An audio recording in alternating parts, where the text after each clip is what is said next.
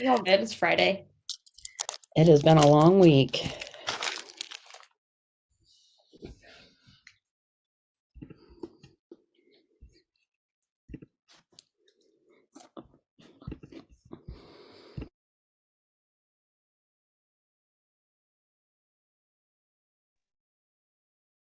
Hello, friends. Happy Friday. You too. How's it traveling? It hasn't started yet. I have until May 12th. Then I go San Francisco to Singapore, Singapore to Sydney, Sydney to LA, LA to San Jose, San Jose to New York, New York to uh, San Lucia. And I then, thought you went to Monaco or something. oh, that was back in February. So I've Oh, been San Jose based for a little bit of time. gotcha. Sorry, I wasn't staying on top of your travels. I should have. How dare you not set your calendar by where in the world I will be What's the occasion for that? for all of that travel? Yeah. Oh, we have a roadshow event in Singapore and Sydney where we have multiple customers speaking in both places. And because we added a new one of my team members on the East Coast of the United States, I've been handling the day-to-day support for APAC. So they're rewarding me with a trip to Singapore and Sydney. Nice. And as luck would have it, we have a company shutdown day on the Friday. I'm in Sydney, so I just have an entire day to, maybe I'll walk to Bondi Beach. Maybe I will just sit and go see some koalas. Ooh, koalas. Mhm. Or most likely, what will happen is I will hang out in my hotel room, relax, and then walk down to the Opera House because they have an amazing bar right underneath the Opera House where you can just sit and look out at the Sydney Harbor. Wow, that sounds amazing. Uh, but the best part about all of that is since I'm out of town, I don't have to deal with recording any of the external speakers for our conference. That's what I like to call delegating to my team members. So, haha to them. Nice. Okay, let's see. Okay, so this week we're just talking about, well, whatever we really want to talk about. One topic that came up last week was how we get more done ish right now when so many of us have either been moved out of roles or we have been had our teams cut or we've lost budget for something, stuff like that. Um, and yeah, anybody can jump right in on that topic or um, yeah, let's go. We're still adding people, by the way.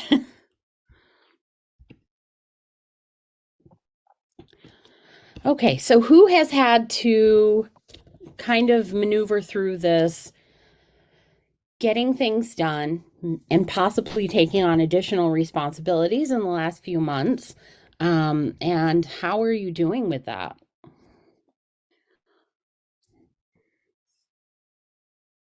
Is this a rhetorical question, Mary? No, anybody can jump in.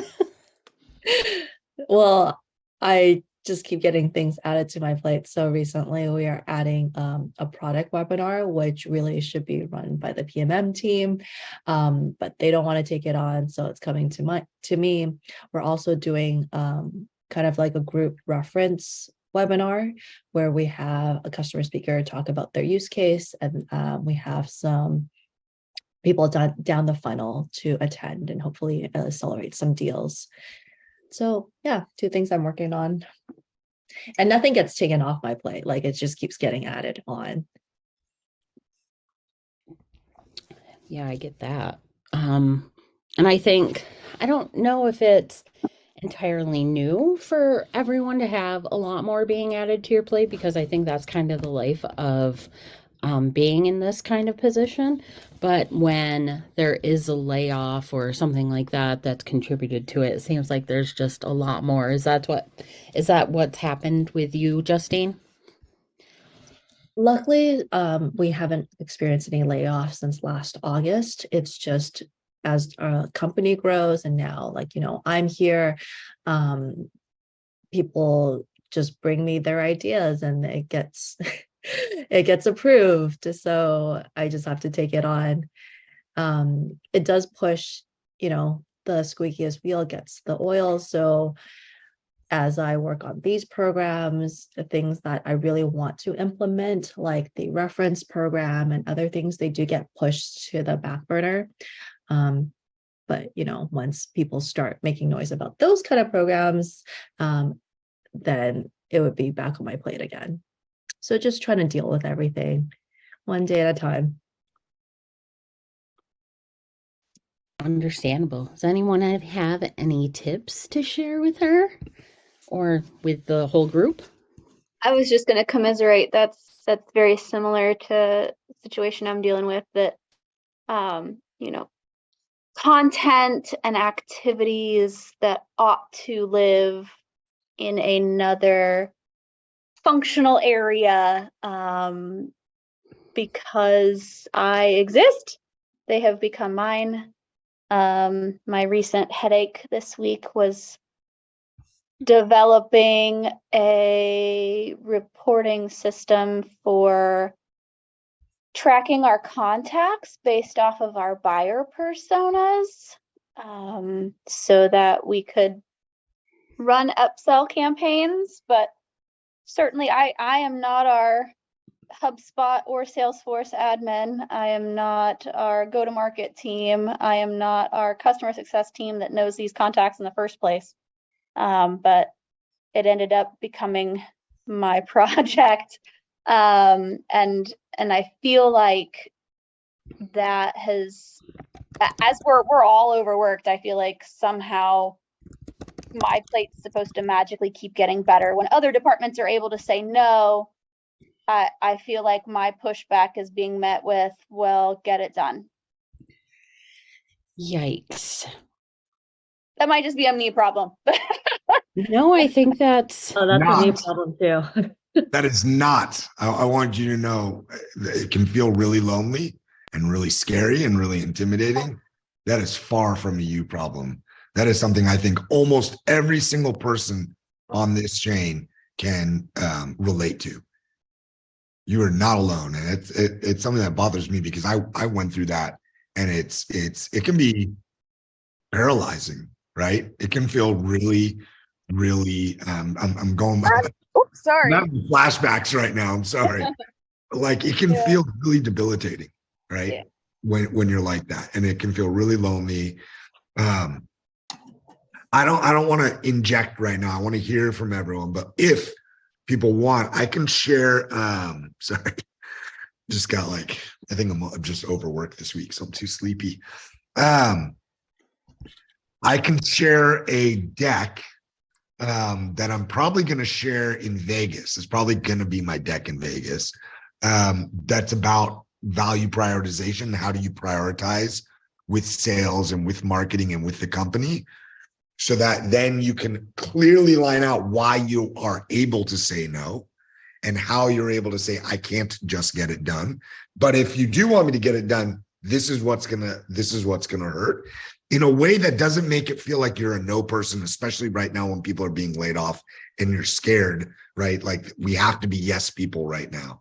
So I don't know if people are interested in it. If that, I don't want to just throw it out if people aren't interested in it. And I definitely don't want to, push something. But if you are, let me know in the comments, or let Mary know, and I'll cover it. But I don't want to kind of take away from people sharing where they feel they are right now. No, please go ahead and share. I think that for the most part, we have a general idea of just that place of wondering, how much can I push back? What can I change in my priorities? And where do I have to say no because I just can't measure up to what is being asked of me, even though the company might need it. So whatever you have to share would be great. And you're getting lots of yeses in the chat anyway. I think as Ari's getting that up, I think I noticed comments in here like no is really hard to say and say it nicely, but I think there's as long as you couch it in a it's not no, it's no but, or yes but, here are the things that have to go by the wayside. And as long as you come prepared with the data, and I'm sure Ari, you're going to walk through of how you come up with the data of what you prioritize. As long as you come with that, if you get in a position where they're like, okay, cool, do all of these things, then you can come back and be like, I can't do all of these things at 100%. You're gonna get something at 50%, and as long as you give everybody that information, they're gonna have to accept that one way or the other. Anyway, Ari. I wonder, can I ask a quick question before you go into this, Ari? I wonder if anybody has experienced, so I feel like for me, sometimes when I say no, that thing that they're asking for, they're going to figure out how to get it done. And if I say no, then it just means it's getting done without me being involved, which is oftentimes problematic because eventually something is going to happen that is going to impact me. So I'm going to have to either clean up the mess. So I'd rather just be involved from the beginning, or they're just going to like mess things up and not have a good customer experience, right? Which is ultimately what I care about. And so that's the struggle that I have, is that there are so many priorities and so many people wanting to do things. And there's this lack of like leadership level alignment on what is actually a priority and what needs to be done. So everybody is just like, we got to do everything. And I'm just trying to kind of like, juggle all the balls and make sure nothing drops. I will say it's hard being a perfectionist, right? and I know what that's like. You will eventually learn that though it's really hard and you know that the weight is going to come back on you at some point anyways, and so might as well start strong, you're not actually helping others grow by doing that. And so you've got to let people fail, even if it's going to be more time for you at the end, and you've got to be able to come back and coach them along the way. That is something that a lot of us struggle with, and I still struggle with all the time. I'm doing stuff right now that I should not be doing because I just don't want to let it see. So it's that's a hard one, right? And that's as much about ourselves as it is others. Yeah, sometimes it is that, and I am a perfectionist, so you hit the nail on the head there, but sometimes it's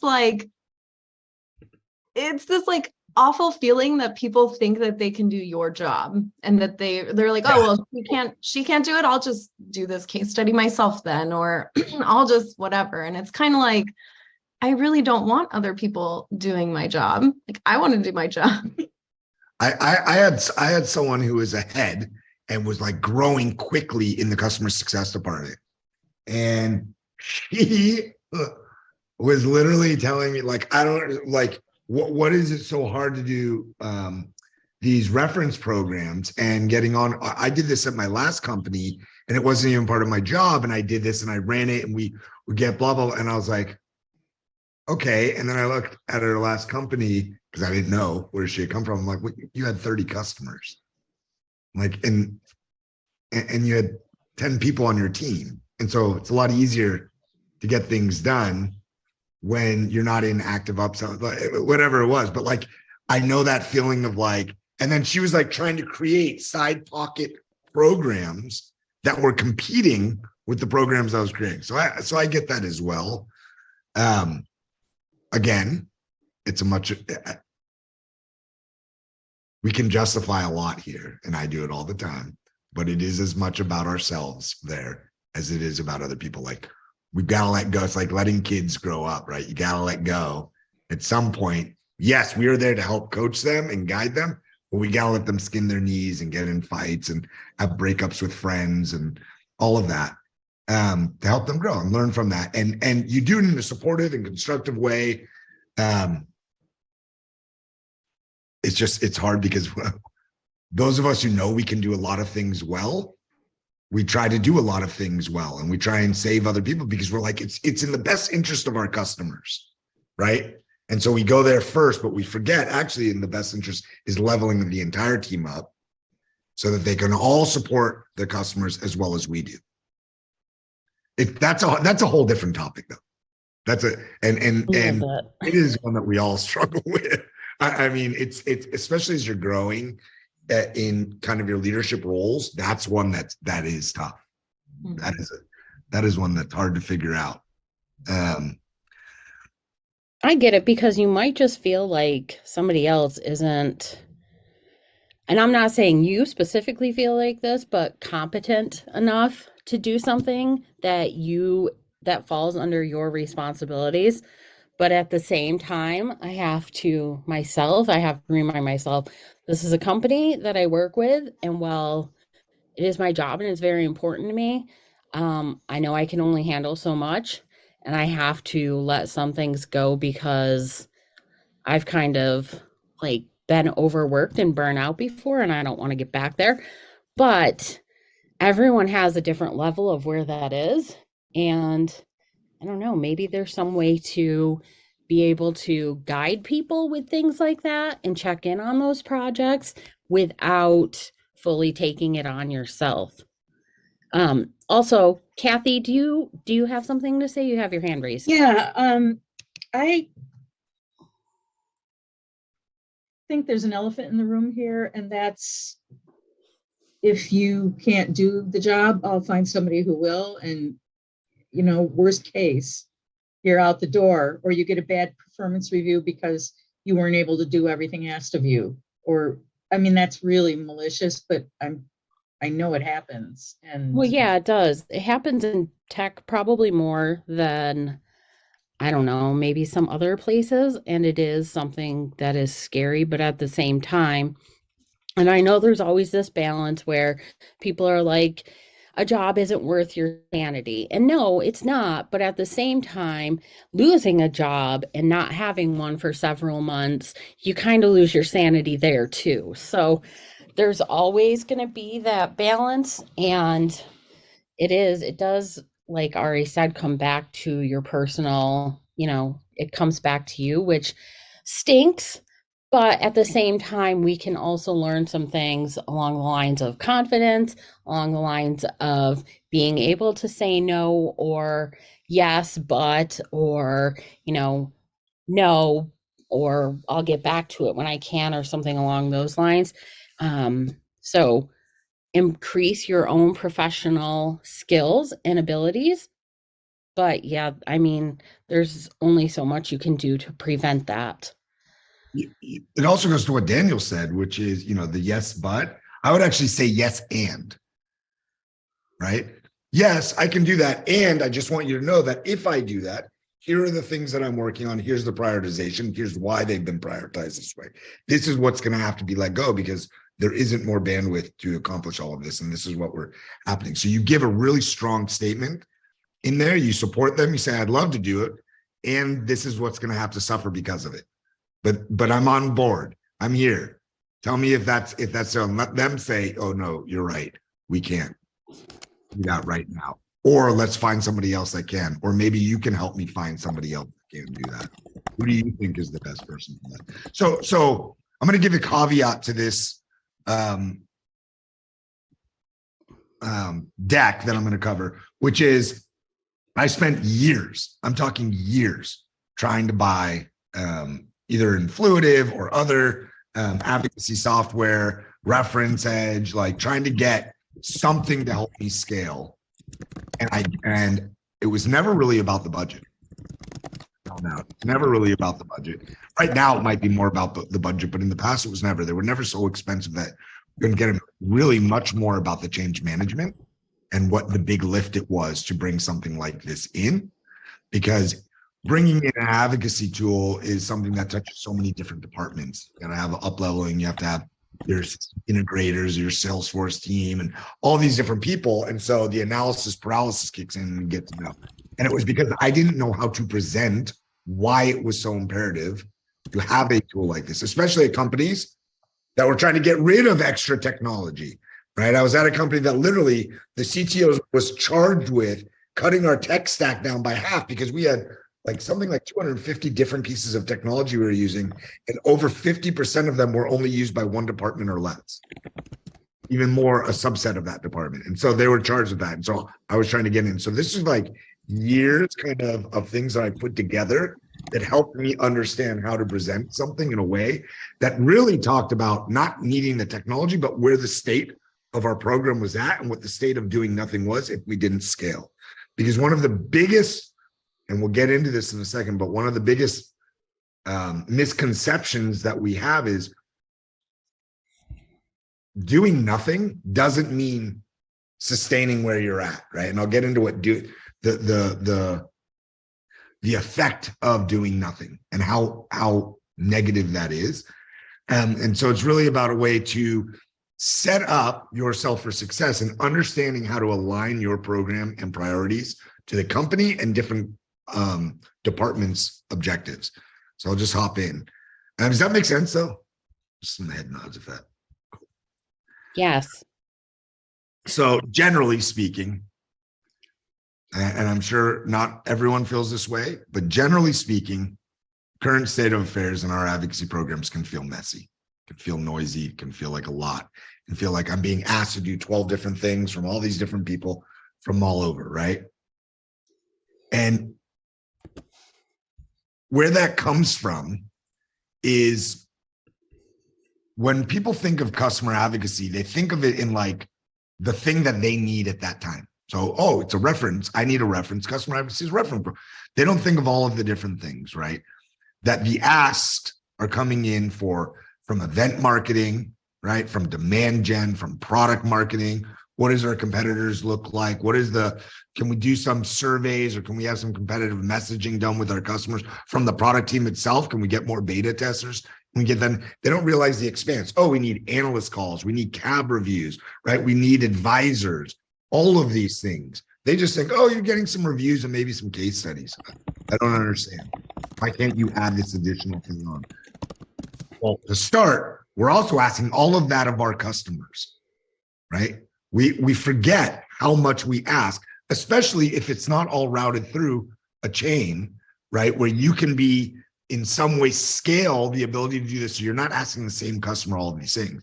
How do I know that? Because I had a GM of a 2 million customer company, right? That we had asked in the span of 2 weeks, we had asked to speak to Gartner on a 2-hour analyst call, to speak and keynote at our upcoming customer event. At that customer event, they were winning an award, so also to do an award, to leave a review on Gartner Peer Insights, as well as do a video interview of winning that award after they did the award on stage, doing a video interview talking about all the things. So we had asked this GM 5 things in 2 weeks to do. And he literally came back to me and said, I need a timeout. I got to do my job. And what we also fail to forget sometimes, what we also fail to remember sometimes is a lot of times our customers, we're not their only vendor. They're doing this with 2, 3, 4, 5, 6, 7 other vendors at one time. And everyone's vying for their time, including your own customer success manager is trying to get time with them, right? Your account managers are trying to get time with them. And so what do? Is we fatigue our customers because there's so much and we want more. And so it's imperative that we have a way to reach a broader audience of our customers. And at this point, you can't have one CSM handle 5,000 accounts unless it's a digital play and that you're not touching the customer, right? And they're not, assigned CSM. You're going to max out at how many accounts they can have. And that's the same for any program, including this. But you're not just fatiguing them, you're fatiguing all of your internal employees because this isn't an efficient way, right? If every time the CSM or the account manager or the event marketing manager needs someone for an event and they reach out directly to a CSM, and then the product marketing manager needs so, and they reach out to the CSM, and then the product team needs a beta and they reach out to the CSM. The CSM's trying to get their job done too. And now they're trying to act like a manager of this customer from a marketing perspective, and they're trying to juggle all. So what's going to happen, especially if that customer starts to fatigue? Well, the CSM is going to be a little more reserved and resistant to you touching their customers. Does anyone on this call deal with CSMs who are protective of their accounts? Our AEs are protective. Yes. Yeah, AEs or CSMs, anyone on the account Yeah. side. Because I used to deal with that when I first stepped into a company, and I didn't get why. And I was kind of taking like, what is their problem? Like, I'm going to love on the customer. I'm great at this. And they were so resistant. And then I started to empathize and understand why, right? I got it.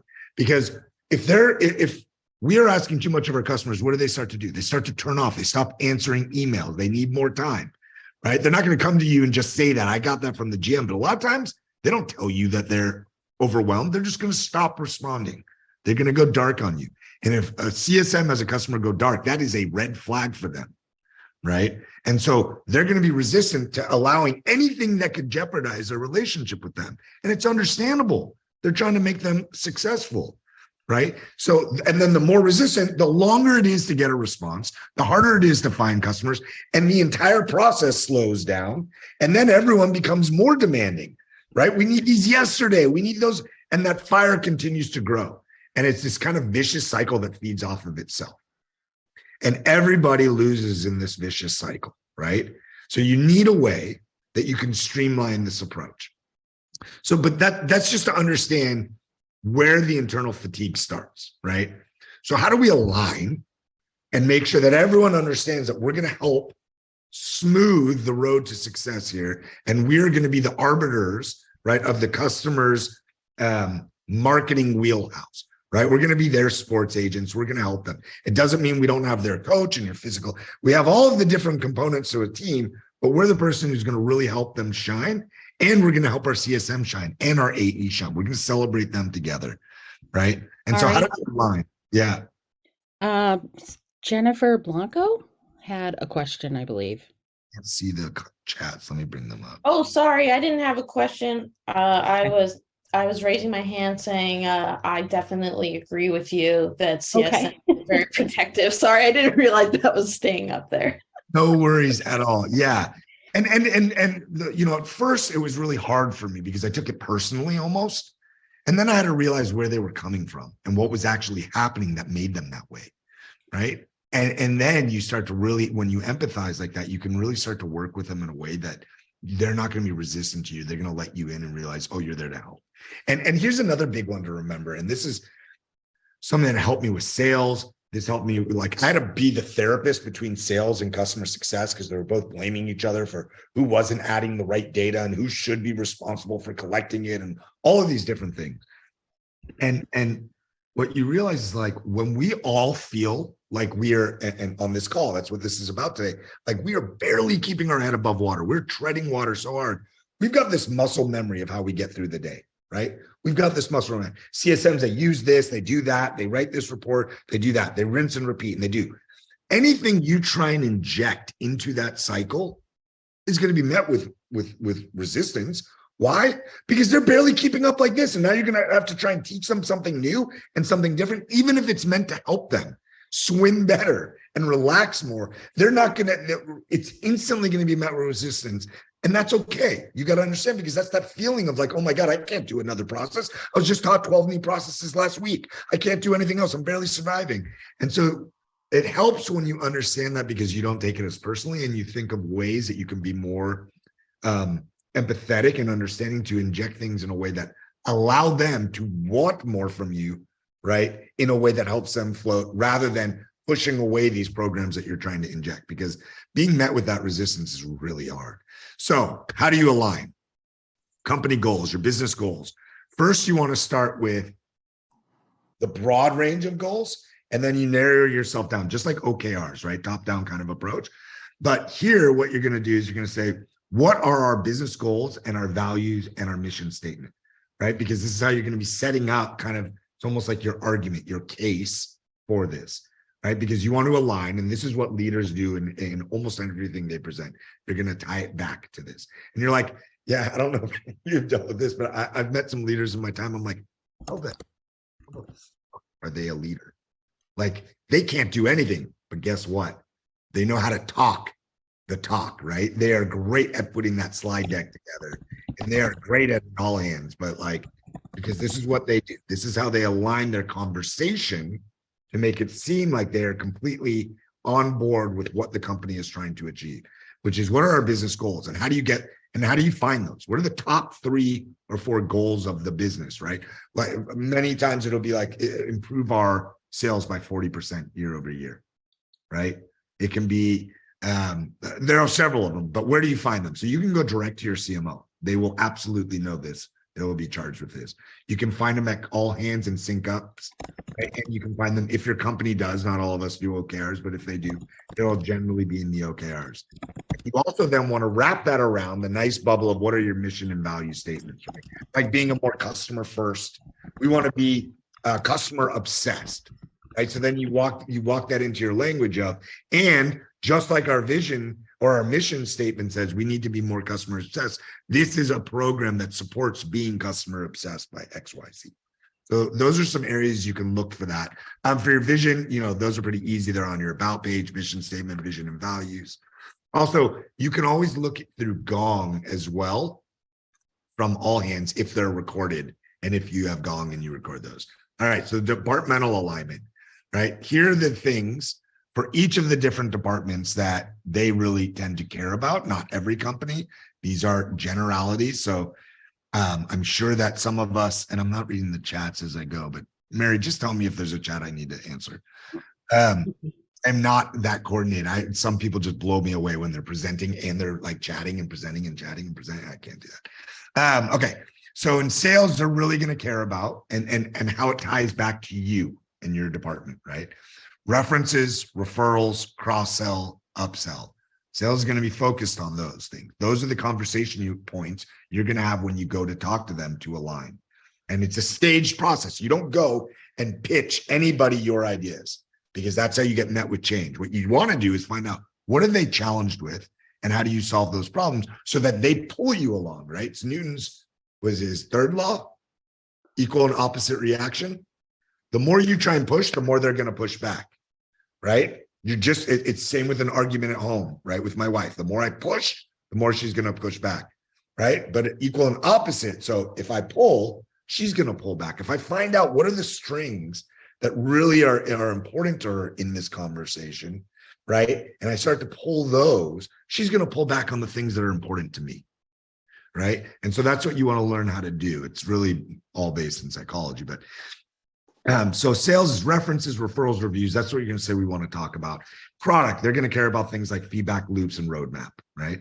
Your success team, what are they going to care about? Adoption, utilization, education, training, NPS, CSAT, customer effort scores, networking, and best practices. And then marketing, you have, the 4 main distinctions in there, which is the content marketing team. What are they going to care about? Your social media team, your product marketing team, your demand and events. And you're going to want to take the time to just set up a 30-minute call with each of them. And you're like, I don't have enough time as it is. Well, go back to that saying of, the wood chopper is too busy chopping wood to sharpen their axe.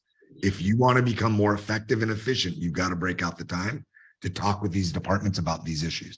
But you're not going to just go in and have an open conversation. You're going to go in ready with a scorecard to assess. All right. So here's a very simple and easy way to start the conversation and get alignment. And this is how you build up what the cost of doing nothing is. And there's going to be, we're going to get into that in a second, but this is the homework to set up that conversation, right? You're going to go and you're going to say, marketing or sales leader. I'm going to go to Rob, and I've done this.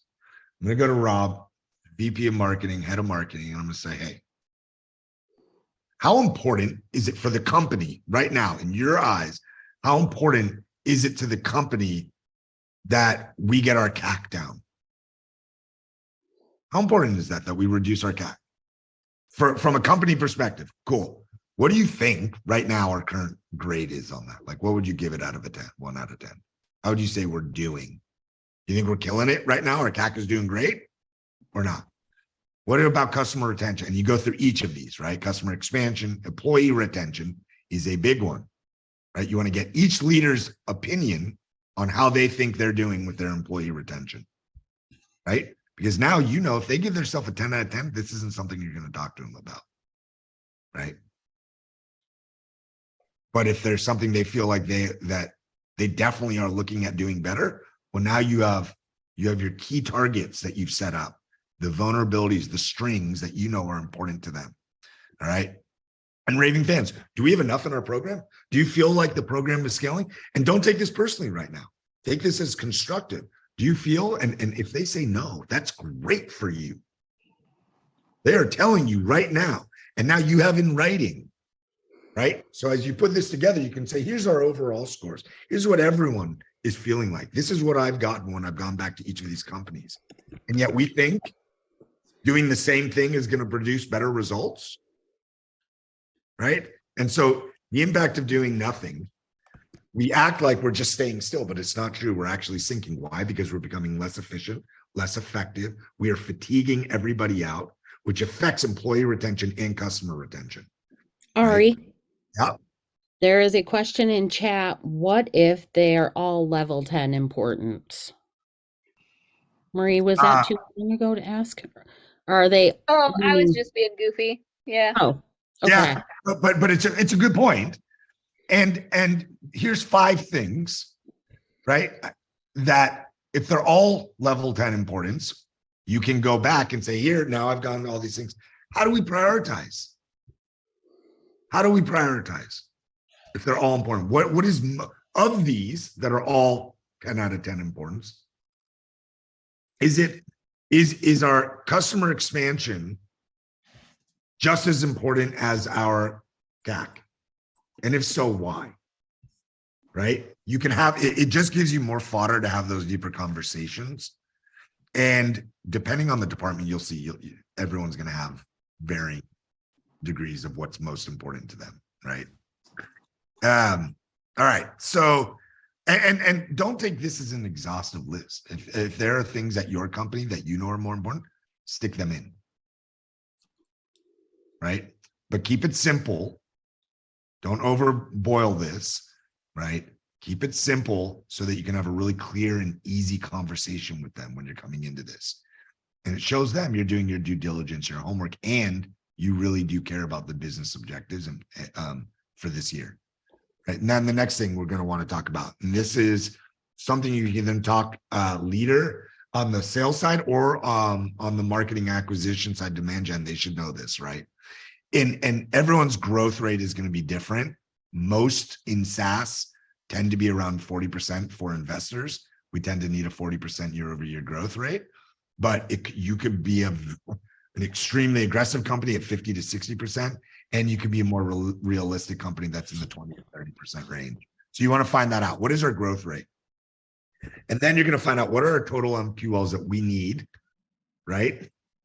That we are hitting right now for this year, right? Total SQOs, and yours might be different. They might not be sales qualified opportunities, that you might call them something else. Like we have sales aligned leads, right, in there. Total deal close. How many did you close over the last year, right? The deal velocity. Well, how much time does it take to close? What is the average time to close? Because we're going to want to get that down, right? What are the number of active advocates that you had in 2022? And what was the win rate that you had with strong customer references last year? Now, what you're going to say is, well, if we want to grow at 40%, here are the numbers that we're going to have and need to have. So you can just do it's easy math, right? To calculate that. Once you find these out, you can calculate that. Now, what you've done is you've shown, look, we've got a lot of work to do. We cannot continue to do what we're doing. How can we continue to survive at this rate and yet hit those numbers? We know it's not possible, right? That's why we all have to do more with less. So this is how you're going to do less more. And that's the saying that Nick Mehta is starting to use. And I love him because he really gets it. And doing less more is prioritization, right? Big rocks. You let the small rocks filter down. You focus on the big rocks at first. And if your leader, you put all these numbers in front of your leader and they still aren't getting it, they might be gaslighting you, and it might be time to go around your leader. I'm not telling you to do that right off the bat. That's some haphazard ass shit. So don't just take that willy-nilly. But if you're doing your homework and you present all of these, well, then you're in a tough position to win. And you've got to do something at that point, because that's not what's in the best interest of the company. And you've got to put on your, what is it? What's that word of doing what's right for the customer and the company? It's called, I can't remember it, but you gotta do what's right for the company, right? You can't let a single person railroad, right, progress. So what do we do here? So what do people often think? What's the next step? Okay, well, we know we got to do more. We know we can't stand still, right? We know that we're actually sinking by trying to do nothing here. We're actually getting worse. This is getting crowded. So what do we do? Okay, well, let's just borrow 5 to 10% of time from sales. They'll help you with this. And well, 5% of time from the product team, they'll help with this. And sales, right? And marketing and event marketing and social, they'll all chip in. We'll all chip in. You can borrow some of the programs from over here. You can use Asana that they're using over. You can use this over here. You can use this, right? You can use a little bit of Gainsight to help with references. You can use, the reality is, even if you take those chunks, that doesn't equal a whole pie, right? Because it's coming in disconnected, discombobulated. You're spending as much time trying to bridge these disparate silos of content and data than you are building programs. You're just chasing it down. It's not saying mostly. But also remember, everybody is up to here. Are they really going to give you that 5 to 10% of the time that you need? Or are you going to get deprioritized to the last thing on their value chain of what they're trying to check off, which is normal, right? That is not, it's not against you. It's that they have all these other things that they're getting measured on. You're at the bottom of that list. So they're going to get to you last. We know that isn't right. And that's why we go to centralized approaches over distributed approaches. As companies grow, they get rid of those distributed approaches because they know they aren't efficient. Our roles exist. Our roles were distributed before, right? Reviews were often done by the demand gen team or the events team. References were filled by somebody else. Case studies might have been done by the product marketing team. So depending on your company, and I won't say everyone, we don't have any silver bullets yet here, but generally our jobs exist because they realized they couldn't just do this in all these different ways. They needed someone to focus on this, right? So what is the ROI of your advocacy program? Well, now you can take back all of that content and you can start to say, here's how we're going to approach this. And here are the metrics. This part gets a little salesy, so I'm going to skip that. Generally, actually, this is all you really need to do your homework at first. Because what you're going to get out of this, right, is you're going to get the blueprint for what you need to prioritize and how you're going to focus on that. The next step, ooh, where do I put that? And is Leslie on this call? I believe so. Leslie, are you on here? She's on mute. She might be doing something else. Okay. So here's the other thing. What you can do after you've done your homework, you go back now to your sales. It's important. You go back to your sales leaders, your account. If you have account managers are responsible for upsell and expansion, you're going to go to the heads of that. And if it's all run through the sales team, then you go to the head of sales and you're going to say, now that we've seen these priorities, here are some of the top things that we can fulfill. We need more reviews, right, to help with XYZ. We need more case studies, XYZ. We need more video testimonials to help with XYZ. We need to have more cabs. We need to have more in-person events. We need to have more references and a larger reference pool, right? You're telling me all these things are equal priority. Well, how important is that review to a sale? Like, what would you say it affects? Leslie has done this. She's had this conversation. I did this at Coveo. So, what is a reference worth to a sale? Now, I'm not asking influence, like overall influence. We influenced X amount of dollars because we touched it. I'm saying, what is it actually worth?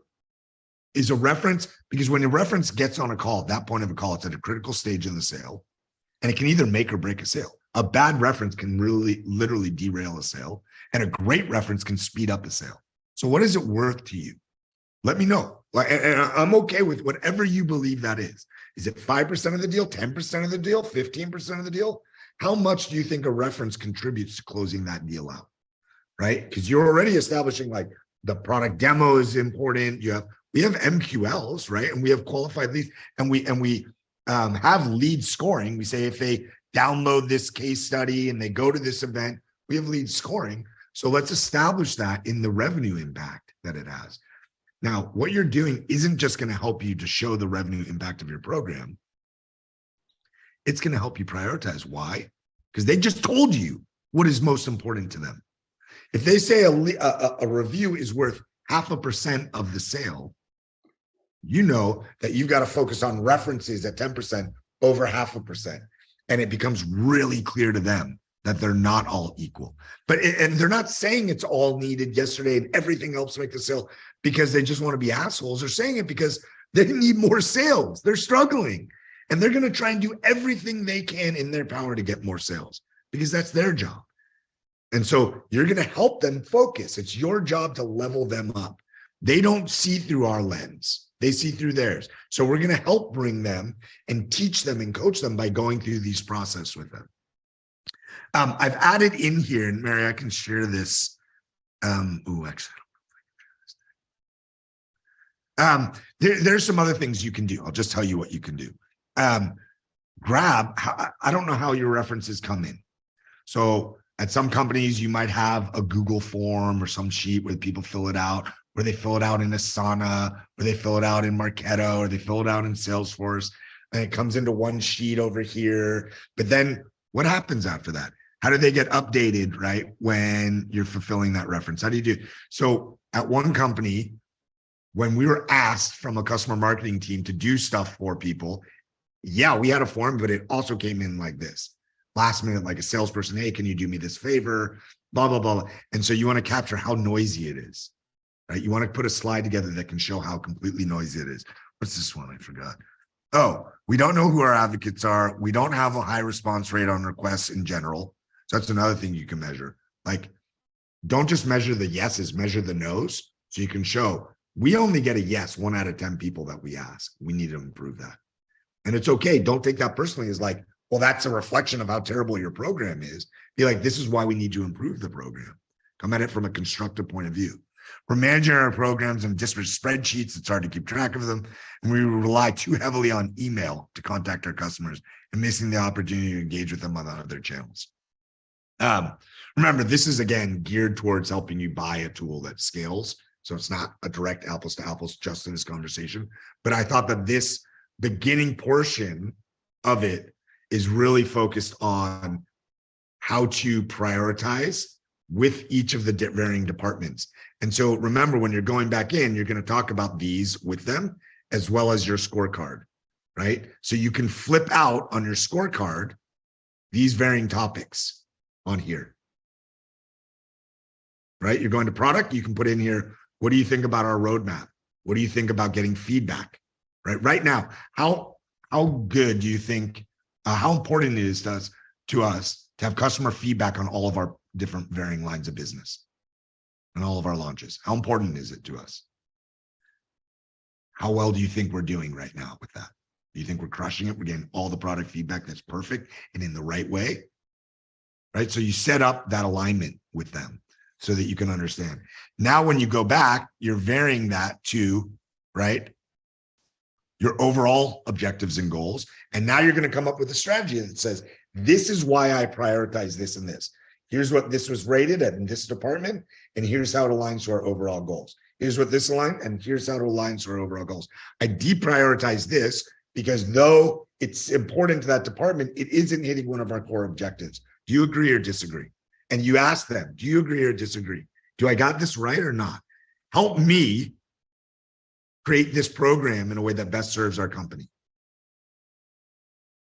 Right? So that's that. Does that make sense? Is that helpful at all? I don't know. I think it is. I think it's more like it's the background of what we need to do to kind of have that strategy in place of what we can and can't do and how we can prioritize it. Hold on just a moment. Allison just said. Make sure that you are asking very direct questions and get the answers on that call, because you can go back to those answers and hold them accountable. That's a very good point, just as Arya is saying.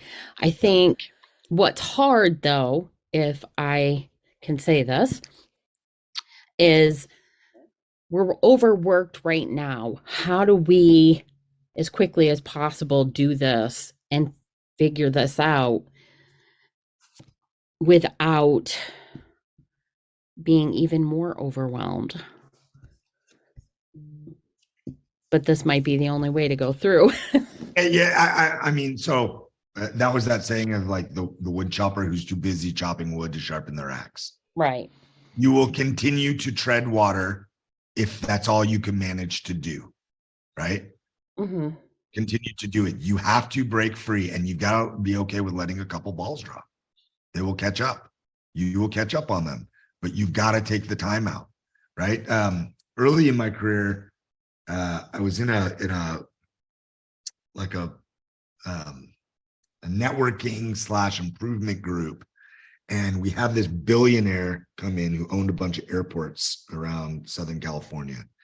And he talked about, and I'm going to apply this how this applies to us, but I'm going to correlate it. But he talked about when he looks at who he's going to invest in, he goes straight to the owners. And so you can take this as your programs, right? You go straight to the owners. And he goes, if an owner is too busy, if they feel like they are always busy, he does not invest, right? Because they don't know how to prioritize. And this is something that I will never, ever forget, right? He was like, think about it. We all want to feel busy. We get up, we start answering emails. The next thing you know, the day is over and we had more hours in the day to complete everything, don't we? Right? And we feel, well, if we get up and we're answering emails and we're responding things and we're doing that, we're reactive, but we feel at the end of the day like we did a lot, like we accomplished a lot, and our time is being spent. But the reality is you're not building if you're reacting. And he goes, real leaders and owners of their programs know that there are different types of fires. Some fires, you got to put out that fire right away. It's gonna crash the plane. Some fires are going to dwindle for a while before you need to give them attention. And some fires will literally go out on their own. And that was the one I forgot about. Some fires will go out on their own, right? It's okay not to have to carry over. And it's hard for us perfectionists not to want to complete and solve everything, but some are just not worth your time. And he goes, imagine you're answering emails all day. Now, how much would you pay someone just to go to respond to all those emails? $15 an hour, 10, 15, 20 bucks. What would you pay someone to answer a majority, not all, a majority of your emails? That's what you're saying you are worth. And I was like, oh my God. And he goes, that's why you focus on the big emails, right? You prioritize those big emails first, right? At least the smart people do. You prioritize those first. They're not all equal in your inbox. Well, you've got to do the same thing with your programs. And so I know it can feel like you don't have time to do this, but if you don't, then you're as much a part of the problem as anybody else, right? And that's hard.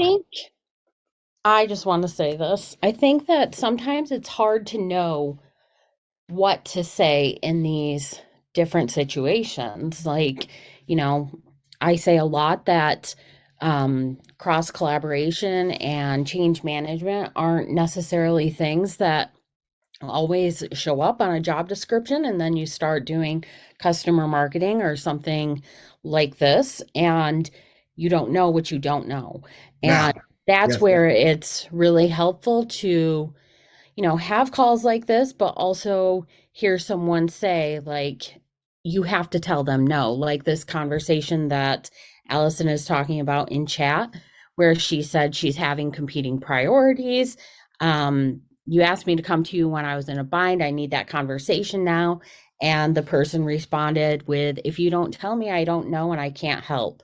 And I think that can also come, like, our trepidation in doing this, having these conversations can also come from the idea of, I'm scared I'm going to get fired, or that they're not going to think I'm expert enough to do this. And that comes from confidence. So it does come from us, but we also don't always know how to overcome that. But by having these conversations, I think is really helpful. Absolutely. So you just hit on a really good point that I forgot to say. You need sponsors. Everybody needs sponsors. We all do.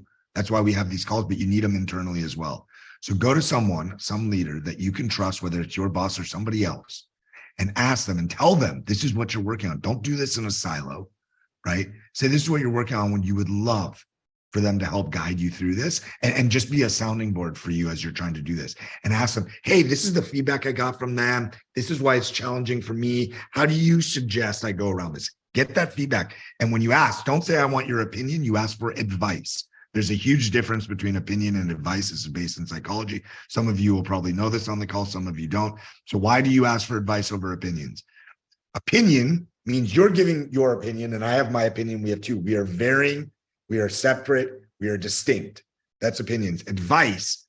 Someone's giving you their advice. They want their advice to work, don't they? They're rooting for their advice. So now you brought them in. You're on the same team.